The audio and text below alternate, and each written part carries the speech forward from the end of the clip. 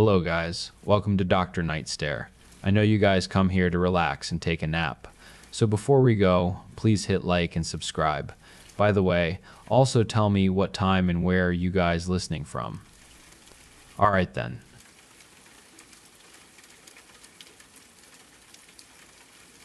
Arthur watched Clara from his vantage point across the street. She sat by her window, engrossed in her tablet, completely unaware of his steady gaze. A profound yearning consumed Arthur, an aching need for Clara that overshadowed everything else. He hoped his coming actions would finally convey the depth of his devotion. This moment had been meticulously planned over months. He'd studied her routine, charting the moments of her greatest vulnerability. He knew the precise time she rose each morning, compelled from her warm bed for that first, immediate trip to the bathroom.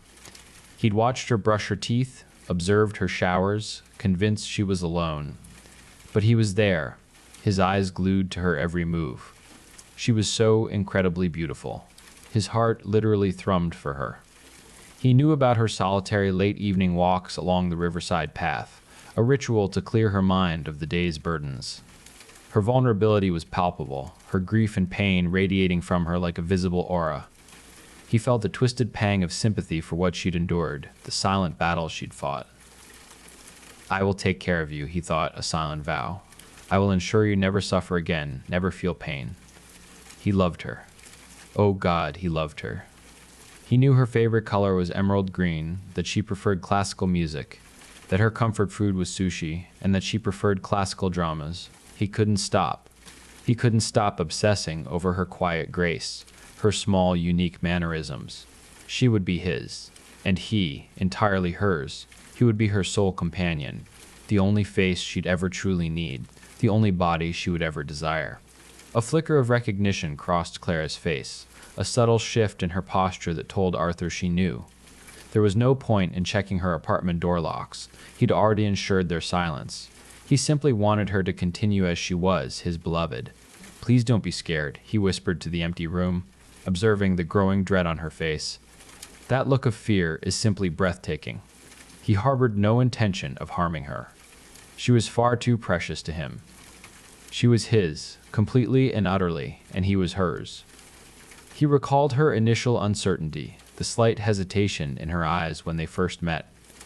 That feeling had intensified with each chance encounter. He'd had no choice but to remain hidden, he reasoned. Prying eyes were an enemy, making his carefully laid plans more difficult. So, he had waited, and he had watched. He had learned her every nuance, truly known her, before deciding to finally step out of the shadows. He could still see her, oblivious, through the window. Soon, she would see him.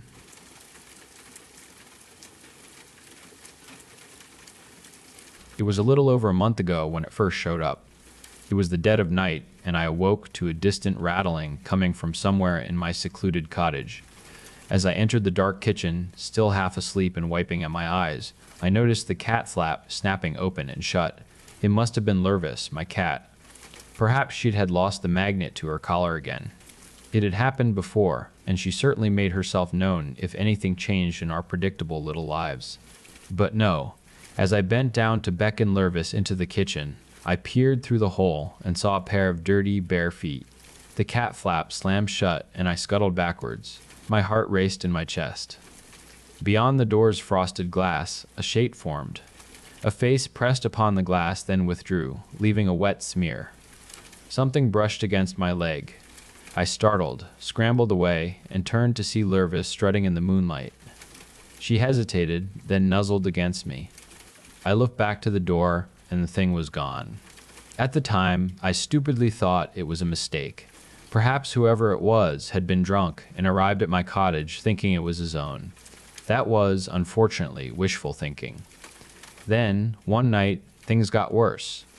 Once again, I awoke at an ungodly hour. This time, it was to the sound of my cat mewing. She was making unfamiliar noises. They were shrill, clipped, insistent. I threw off the covers and got out of bed. I'd spoilt that cat. I'd forgotten to order her usual brand of cat food and had picked up some less than premium stuff on the way home from work. I could imagine her circling the untouched food in her bowl, waiting for me to appear and deliver her complaints to the chef. My Lurvis was a very particular little girl. After wrapping myself in my gown and trudging downstairs, I followed the muse to my kitchen. It was dark, yet I could see something moving near the back door. Another clipped meow came out from the darkness. All right, I said to the shadows around me, rolling my eyes in the process. I think there's a tin of tuna in the fridge. I was planning to use it for lunch tomorrow.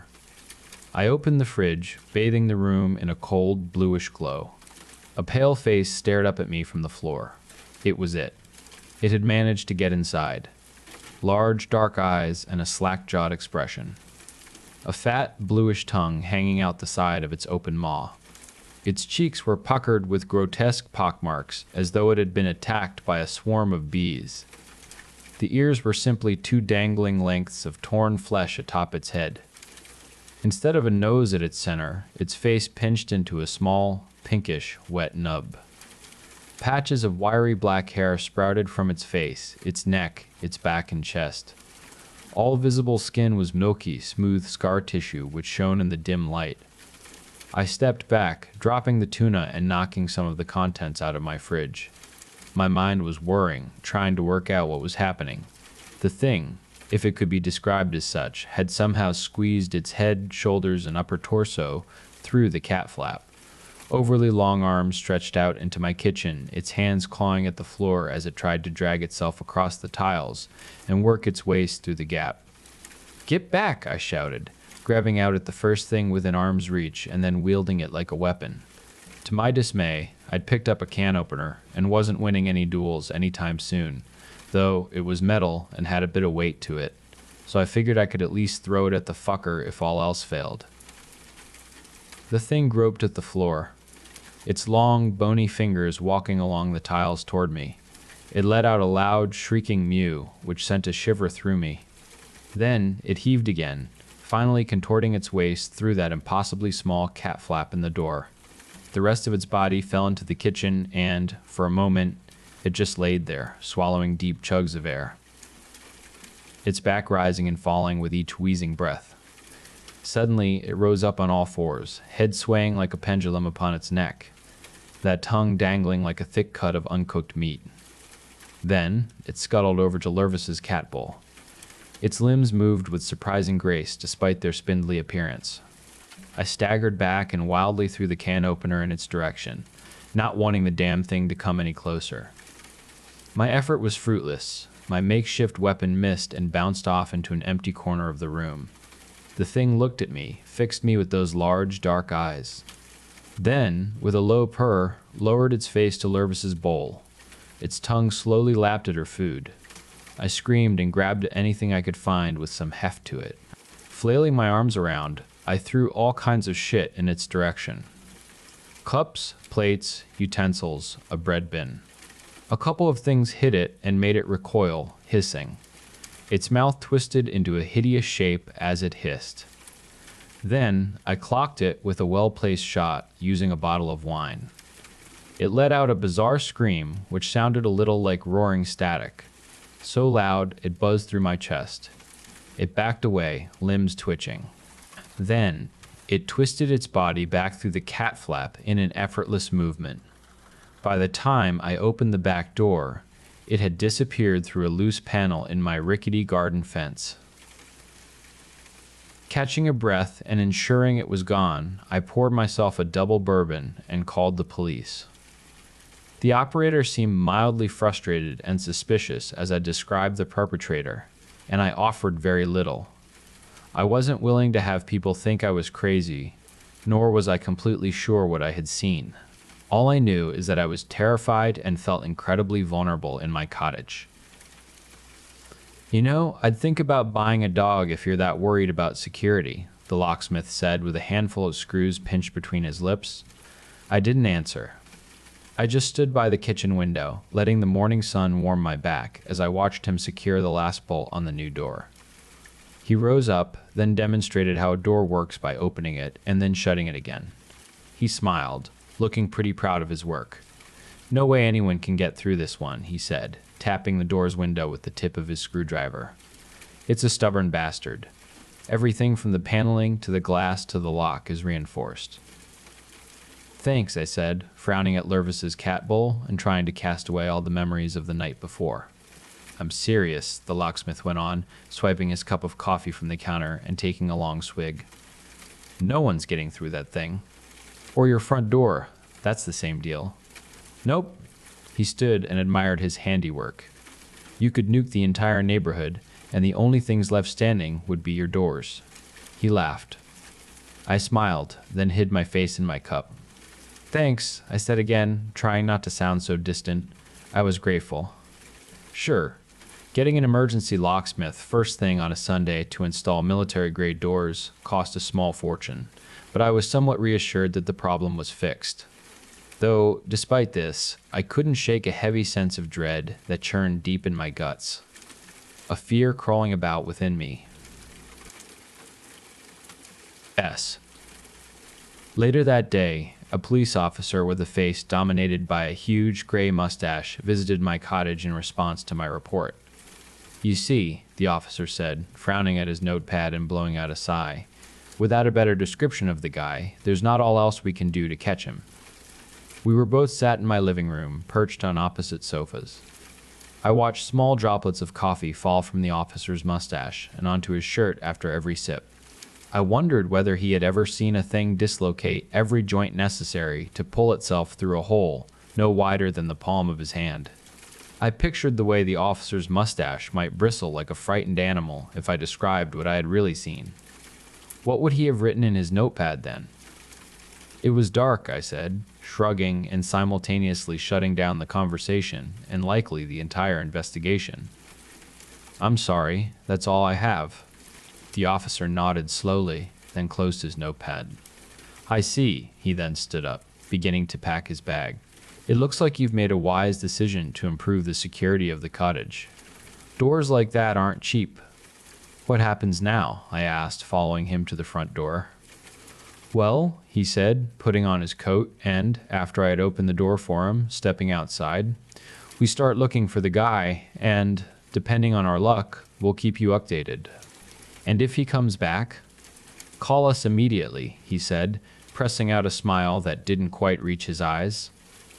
Call us and we'll come straight out. We've flagged the property. Flagged? It means police may be dispatched more quickly to your address if you raise an alert. Right, I guess that's something. Yep. The officer did one last inspection of the front door, then nodded with approval. The wife wants one of these, though I'm not completely convinced. I just shrugged, unsure if the officer wanted my opinion. He nodded again, indicating that he did not, then turned towards the street and left. I watched him for a moment or two before he disappeared behind a line of parked cars, wondering if he considered his visit a complete waste of his time. Sad. It had been a week or so without incident, and the heaviness against my heart had eased. Things had returned to normal around the cottage, and a healthy dose of overtime at work had kept my mind focused on other matters. I drove home from work, feeling calm. Entering the cottage, I hung up my coat and turned on the hallway lights. I heard the movement on one of the sofas in the living room. Lurvis was stirring from her usual spot, probably eager to be fed. Evening, I called out. Did you miss, Mom? I looked up to see Lurvis sat at the top of the stairs. What was that noise from inside the living room? Silence. Perhaps I was mistaken. Come, I called up to Lurvis. Let's get you some dinner. She just sat there, staring. Fine, I'll come to you then. I sighed, then began climbing the stairs. That's when I saw it. I froze. A large, dark mass coiled on my sofa. As if sensing that it was being watched, the thing's face rose up and looked at me. For a moment, we stared at each other. Then, it scuttled towards me. It moved in a way no animal should. Limbs twisted and cracked with each bounding stride. It was the wrong decision, but I ran towards Lurvis. Clambering up the stairs, I could feel the thing swiping at my heels. Lurvis led the way, and I followed her to my bedroom. The thing was closing distance. I slammed the door, bracing myself and expecting an impact. But nothing came. Instead, I could hear it. Barely, over my beating heart and panting breaths, I could hear the damn thing gently scratching and pawing at the door. Then, after a beat of silence, I heard it let out a distorted mew. Now, I'm still sat up in my bedroom, with my duvet pulled up to my nose, and the police cackling down the phone. And I know it is still downstairs waiting for me. I hear it scamper around and mew. I hear it claw at my sofa and knock pillows onto the floor. I wonder what it is thinking, whether it simply wants a warm place to stay in the night, or something more. I tried to escape, but found it sat at the bottom of the staircase. Its head cocked, and those wide, unblinking eyes held me in place. I returned to my room without any incident. Though, I do not know what I fear the most. That thing, or being locked alone with all this fear. Eyes locked on the door, I wonder when it will make its way up those stairs, enter my room, and decide it is time to curl up at the bottom of my bed, nose at my toes, and purr in the darkness all night long.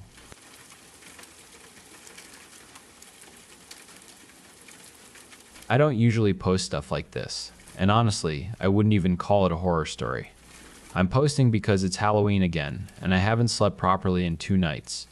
I live alone. Small unit. Nothing special. Halloween has never been a big deal for me, so I don't decorate or invite people over.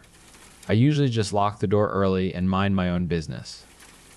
Last year, on Halloween night, around maybe 1 or 2 a.m., I heard movement outside my unit. Not footsteps exactly. More like someone standing too close to the door and shifting their weight slowly, deliberately. I ignored it at first. Old converted manor, thin walls, people coming back late, normal stuff. Then I noticed the smell. This is going to sound stupid, but it smelled like wet leaves and damp soil. Like when it rains and the ground gets muddy. That doesn't make sense because I live on the top floor and the communal landing is polished wood. I opened the door a little to see if someone had spilled something or left trash outside. There was nothing there. No mess, no person. But the smell got stronger for a second and then faded. I closed the door and locked it. I checked the peephole a few times after that, but nothing happened, so I went to sleep. This year, same converted manor, same unit. Last night, on Halloween night, I smelled it again. Same damp, earthy smell. Stronger this time, almost cloying. I didn't open the door. I just sat there listening. After a few minutes, I heard something scrape lightly against the door, like fingernails or maybe something being dragged slowly. A soft, insistent rasp. I checked the door in the morning. There are marks near the bottom now. Not deep scratches, just faint, almost translucent lines in the paint. Like someone tested it, perhaps with a blunt implement, and then stopped. I don't know what this is. I don't think it's a ghost or anything dramatic. But I also know nobody in this converted manor would do this as a joke. Most of them are families, and no one really cares about Halloween here. I've put a chair against the door tonight. The air in my unit already feels heavy. The smell is already back. If this is nothing, I'll delete this tomorrow and feel embarrassed. But if anyone else has experienced something like this, especially only on Halloween, I'd really like to know.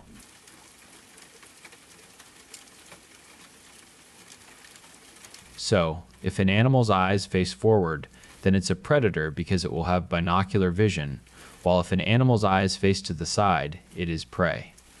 I suppose that could be true, said my dad. It was an early November evening, and we were going deer hunting. I had a book on dinosaurs open on my lap. The page I was on was all about the senses of T. rex. I had gotten the book from the school library days earlier and brought it with me to read on the car ride. My dad had a friend who owned a sprawling ranch. According to my dad's friend, there were too many deer on his ranch, so we were being encouraged to come and shoot them. It was still bright out when we rolled into the ranch's driveway and parked the car beside an abandoned logging cabin in the middle of a vast pasture. I quickly slipped the book into my coat pocket and stepped outside the car. I eagerly made my way to the back of the car, where my dad was getting the guns out of the trunk. He handed me a rifle, and we made our way out to the hunting blind. The hunting blind was a 3-by-9-foot construction resting at the edge of the pasture. It wasn't anything fancy, just a roof, 3 walls, a couple of windows, and a loose piece of plywood for the door. Inside were 2 decaying folding chairs. Waiting is often a big part of hunting. Around 5 yards downwind of the hunting blind was the bait pile, a pile of drop apples we had dumped there a week ago. All we had to do was keep quiet and wait in the blind for the deer to show up. I rested my rifle against the wall of the blind and sat back in the chair with my book, waiting for the deer to arrive. My dad sat in the chair right next to me and began staring out the window, waiting for the deer to arrive at the bait pile. I must have sat there reading for at least half an hour before my dad got up out of his chair. "I need to pee," he whispered to me. He slowly and quietly made his way over to the door of the blind, pulled the plywood out of the way, stepped outside, and pushed the plywood back in place. I heard him wander off behind the blind and into the woods to pee. I looked back at my book. The page I was on was about the Pleistocene and the rise of the mammals. On it was a beautiful picture of a Memmel's or Irish elk, the largest extinct member of the deer family. The picture showed the deer standing proudly on the step, one hoof in the air and its head held high. In the background was the carcass of some hairy beast, its gut cavity split open, scavengers feasting off its remains. I must have sat there reading for at least an hour. Before I knew it, it was dark, and my dad wasn't back yet. I wondered if he'd gotten lost, or if something had held him up. Something must have disturbed me to make me look up from my book, but I didn't know what. Then I heard it, a rustling coming from behind me. At first I thought it was my father coming back. But these footprints didn't sound quite like human footsteps. They sounded more like the frantic movement of a dog making its way through the forest. The footsteps carried a weight to them, and each one sounded like a falling log. The sound of footsteps continued to get closer until I could hear the animal breathing directly behind the blind. The hunting blind only had windows on the front of it, so I couldn't see what was back there. I froze. Something was back there, and I had no idea what. Then my book, which had been lying open on my lap, slipped off and landed on the floor with a thud. I could hear the animal get up and begin wandering out in front of the blind. I tensed, watching in horror as the animal made its way out in front of the blind. It was a deer. The deer walked its way out in front of the hunting blind, its white tail standing straight up. It was a massive deer, about 4 feet at the shoulder and 4 prongs on each antler. I watched as the deer wandered its way towards the bait pile, and I quickly reached for my gun. Slowly, I slid the window open and started aiming at the deer, trying to line the crosshairs up right behind the deer's shoulder. It was pretty dark out, so I had trouble making out the finer details. I watched the deer through the scope of my rifle, and out of nowhere, I saw the deer's forelimb reach down, pick up an apple, and bring it straight into its mouth. I gasped. Surely I hadn't seen that right. Deer didn't have hands. How could they reach down like that? It happened again. The deer reached down, its leg bending unnaturally, plucked an apple from right off the ground, and brought the apple to its mouth. There was something wrong with the deer. Its legs didn't work like deer legs. They worked like the arms of a human. I watched its legs more closely. When the deer bent down to grab a third apple, I realized it didn't have hooves at all. At the end of the creature's forelimbs were long, slender hands with 5 spindly fingers, bearing large, hooked claws. I watched in horror as the creature sunk its claws into the decaying apple and brought the fruit up to its face. The creature sniffed the apple delicately. Then the creature's mouth opened up from ear to ear, full of large, yellow teeth. I watched as a long, thick tongue snaked its way out of the creature's mouth and wrapped around the apple. I watched as the apple disappeared into the creature's mouth and down its throat. This was not a deer, couldn't be. Who had ever heard of a deer with hands and fangs, whose mouth opened up as wide as a snake's? Then my heart stopped, as that thing swung its head towards me, mouth wide open, and just stared towards the hunting blind. Time seemed to slow as I noticed the creature's eyes. Its eyes were unlike anything I had ever seen. They pointed forward, straight at me. Not to the side like a cow or a sheep, but straight at me, like a cat or a dog or a predator. I remember what I read in the book. Predators with forward-facing eyes have binocular vision. This means that if their head is facing towards you, then they're looking at you. Ass. I wasn't aware that my finger was tightening its grip on the gun's trigger. The gunshot exploded out of the gun. I heard the creature scamper out into the woods, leaving a faint trail of blood behind it. The encounter must have lasted at most a minute, but it felt like an eternity. While I contemplated what I had just witnessed, my dad made his way back to the blind. He had heard the gunshot and wanted to know if I had shot a deer, but he offered no explanation for his prolonged absence. When I told him what happened, he told me that deer sometimes behave strangely at night, although I didn't think what I saw was merely a deer acting strangely. When I told him about shooting the creature, he got really excited and said that we should go look for it. At that moment, that was the last thing I wanted to do. I really didn't feel like following a strange predatory animal through the woods in the dark, but part of me was really curious and wanted to find out more about the creature. As we followed the trail of blood through the woods, I heard strange whistling noises coming from around us. Following the trail was difficult, but we managed to reach a clearing before it ended abruptly. It was disappointing, but I also felt relieved. I didn't want to be in those woods any longer than I had to be. As we were walking back, though, something caught my dad's attention. It was a doe, strung high in the branches of a great tree. Its gut cavity had been torn open, and its neck was twisted at an odd angle. It looked like it had been there for a while. On the ride home, my dad said the deer was killed by coyotes, but that didn't explain what it was doing, suspended in a tree. I suppose it could have been a bear or a bobcat, but my gut tells me otherwise.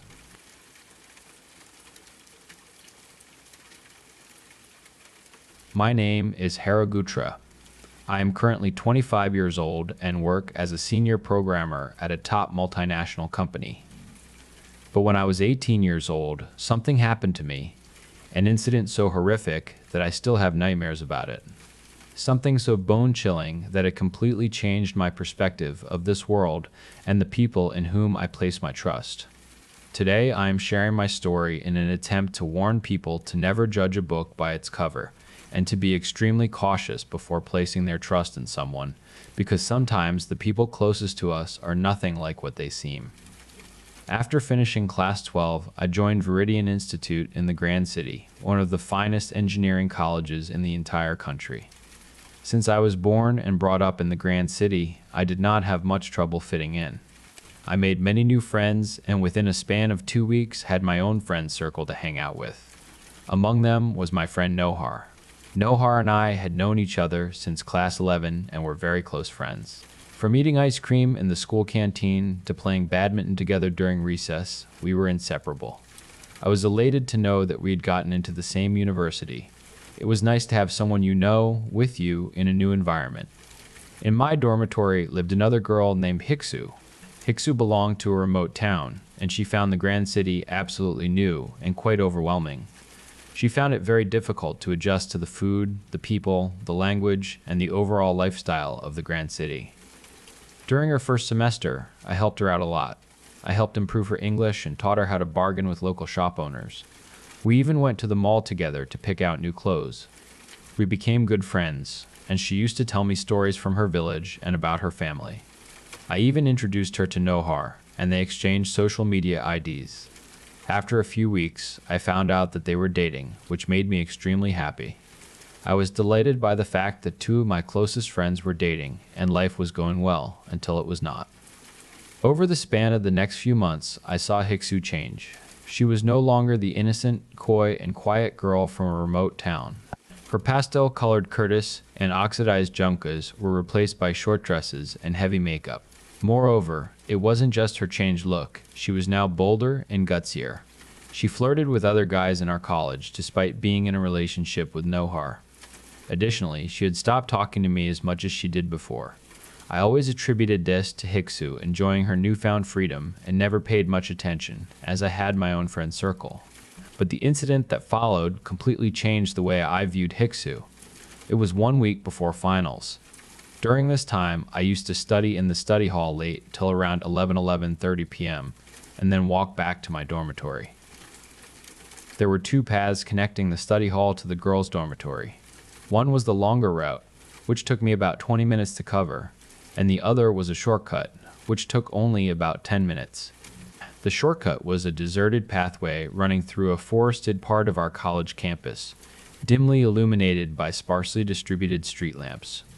As I was walking along this path as usual, what I saw shook me completely. It was Hiksu, kissing a boy from our college behind one of the street lamps.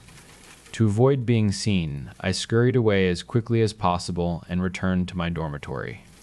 The next day I called Nohar and told him everything I had seen. He was absolutely shocked and unable to believe what I had told him. He said he would speak to Hiksu and then get back to me. A few days passed and my health started declining rapidly.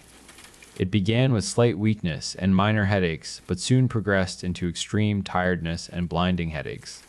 I felt constant pain throughout my body and, at times, couldn't even get up without external support.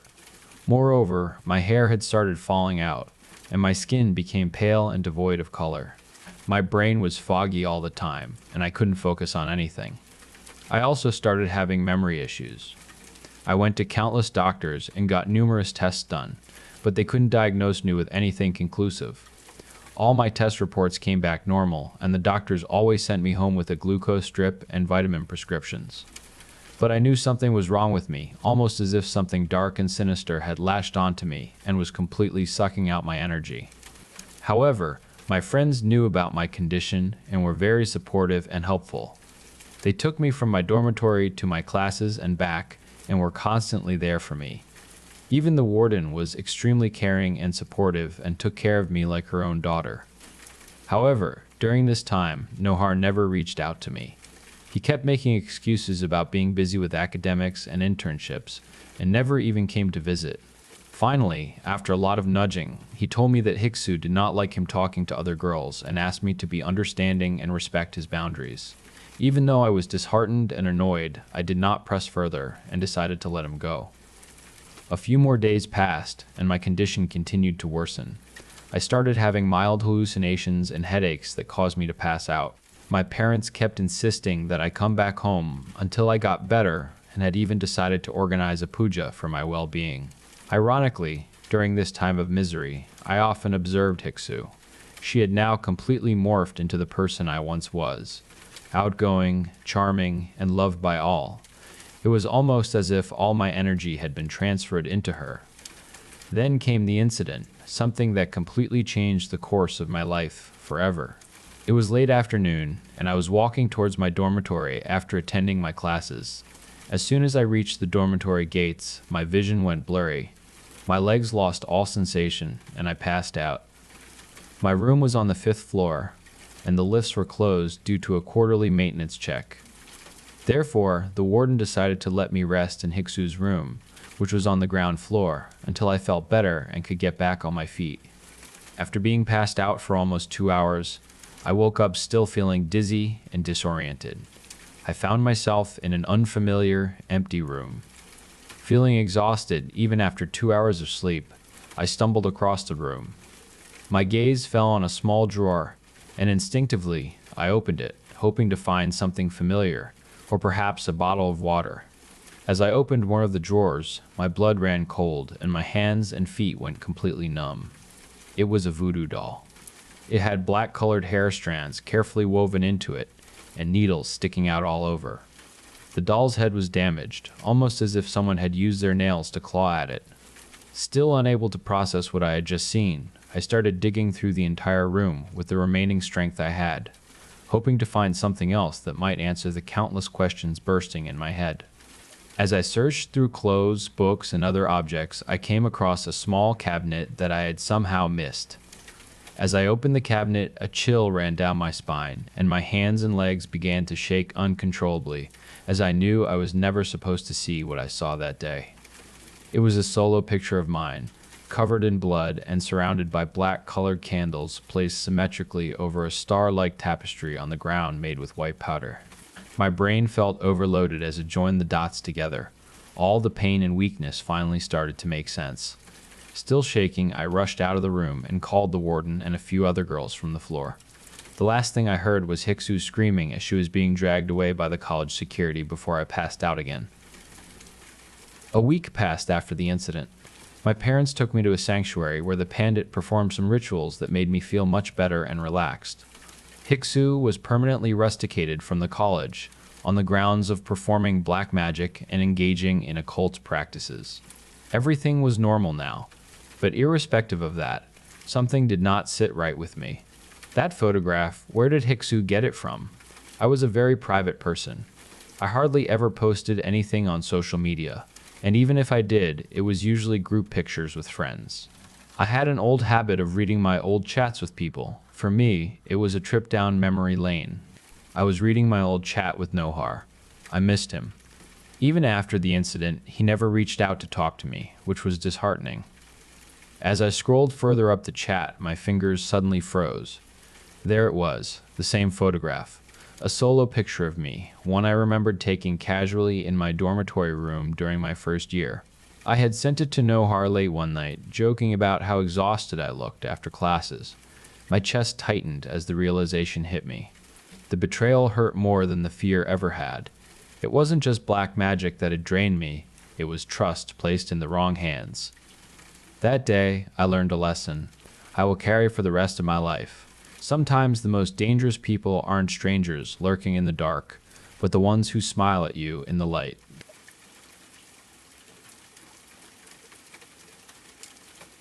Alright, yes. I finally broke down and bought an Alexa. When you're as paranoid as I am, one of these devices is probably at the very bottom of your wish list and at the very top of the one labeled avoid. Government devices, all of them. There's no convincing me otherwise. But, did you know you can connect them to your house? Is that not literally freaking awesome? Is that not literally freaking awesome? You can make every appliance you own voice activated with one of these little bad boys. Yes. I'm easily swayed. Anyway, my girlfriend had one, and that's another reason why I myself decided to snag one, government conspiracy aside. Let me tell you, absolutely life-changing. I am tapped into the infinite knowledge of 1 trillion microconnections, with access to every corner of the World Wide Web. I use it to make my toast, people. It makes toast. Coffee. 2. My God, the advancements we've made. Can you believe it? Sorry, I'm rambling. But, truly, after having one for about 6 months, I had pretty much stopped caring about who was listening in on me. I mean, if they wanted to hear me ask for Benny and the Jets 20 times a day, be my guest, I'm not that interesting of a person. I did find it a little weird when it would turn on randomly in the middle of the night, though. Anyone else have that problem?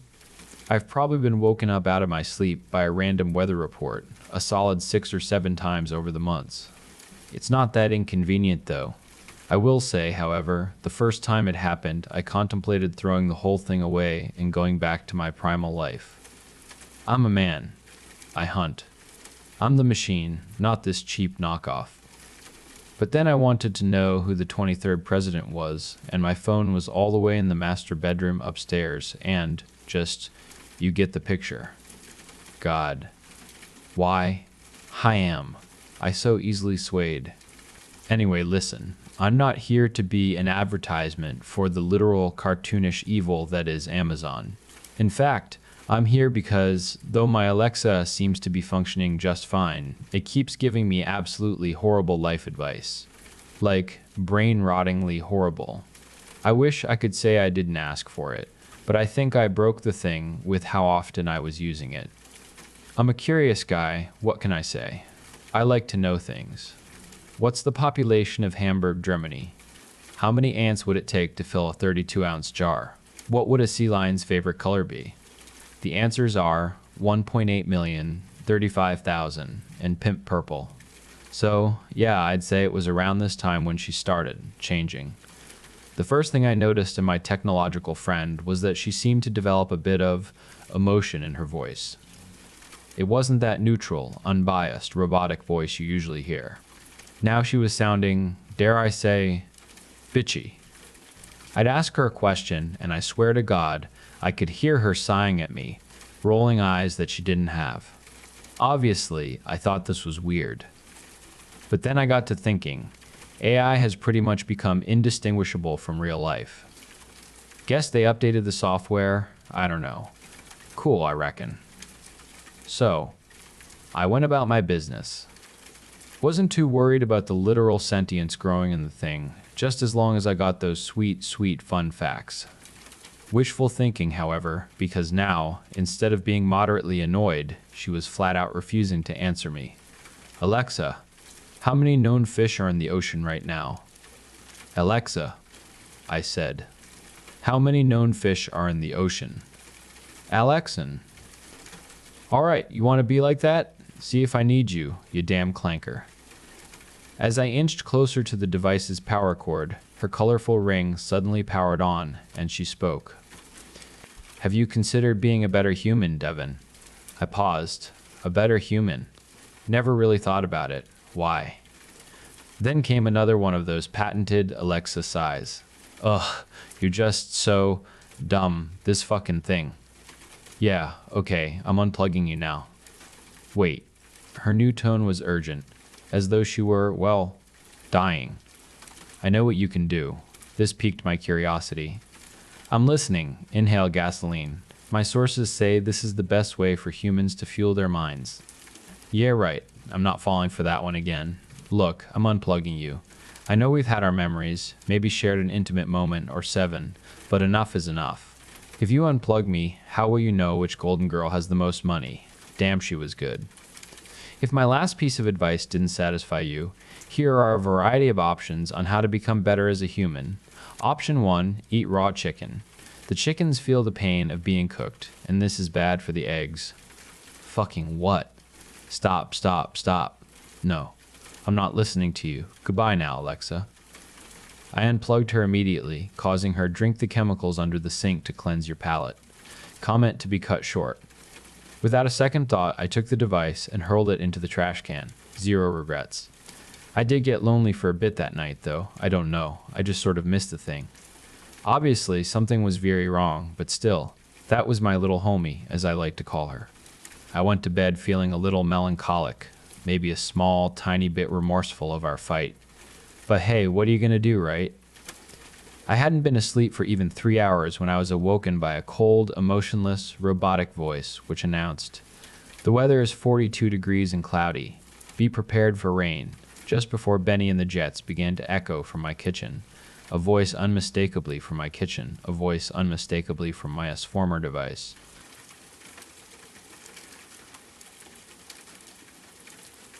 Grandmother was a witch, a kind of low-level, middling one, but still.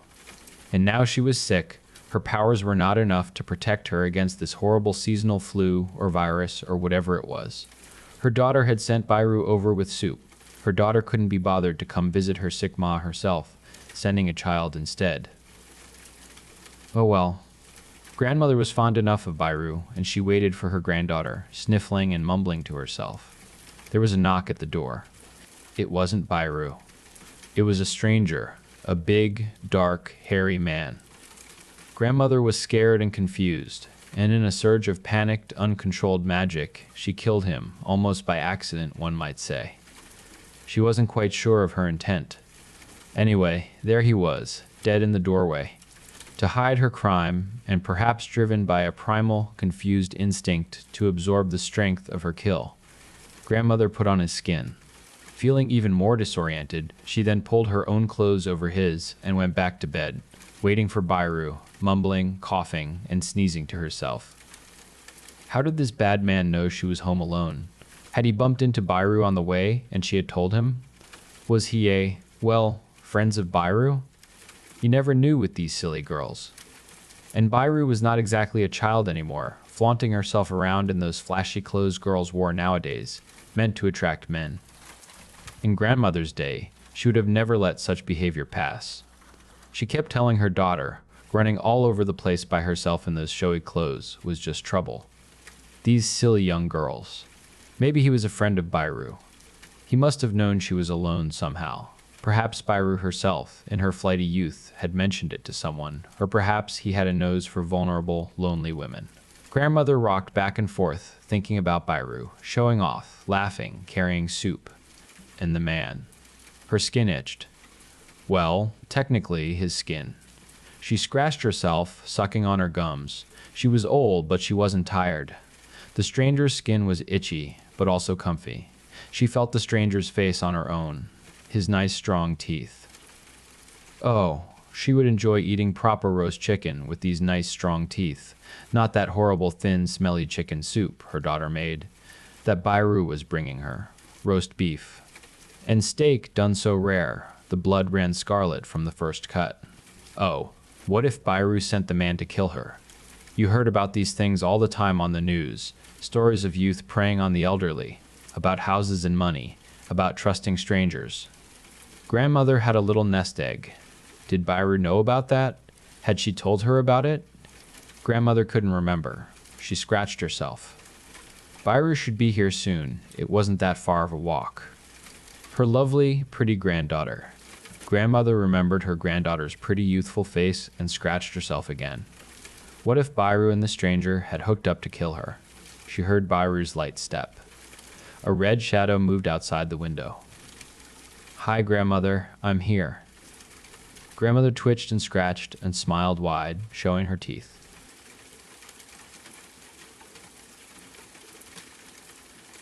I had always been told I had pretty feet. Smooth skin, cute little toes. Not to be weird, but the kind of feet people might pay to view online. Always sandal ready, you know? They were my one claim to fame, my sole point of pride in an otherwise average appearance. I took pains to keep them looking nice. I didn't put on high heels, kept them pedicured, and kept a daily routine to pamper my toes every night before bed. One morning, I woke up and my toes just looked off. Like they weren't quite as bright and shiny as they usually looked. Maybe the cold winter months were having an effect. Drying out my skin, maybe. I had an extra long soak in my foot bath, used a pumice stone, and rubbed lotion into my skin.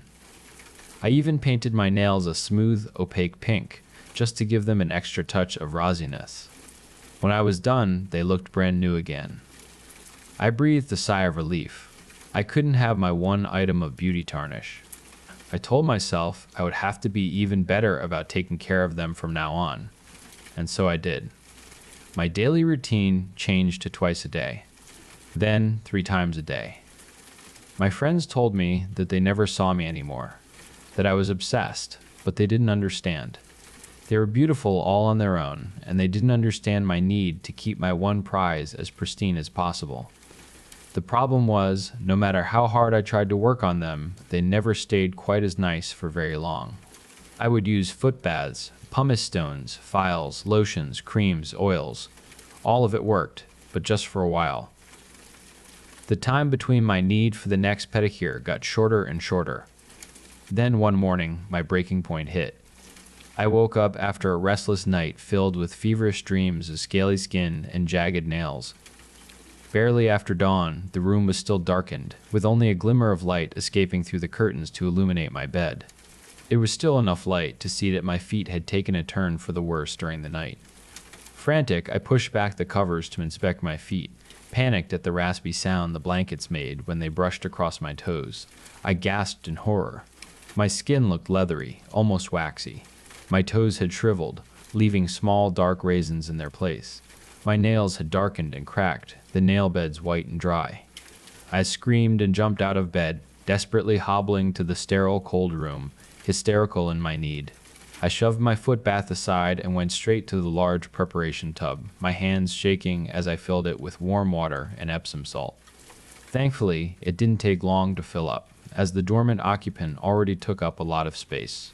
I took a long glance at the milky eyes, the upturned hands, the splayed lower limbs ending in stumps. I looked back at my own decayed feet and sighed. I supposed it might finally be time for a new pair.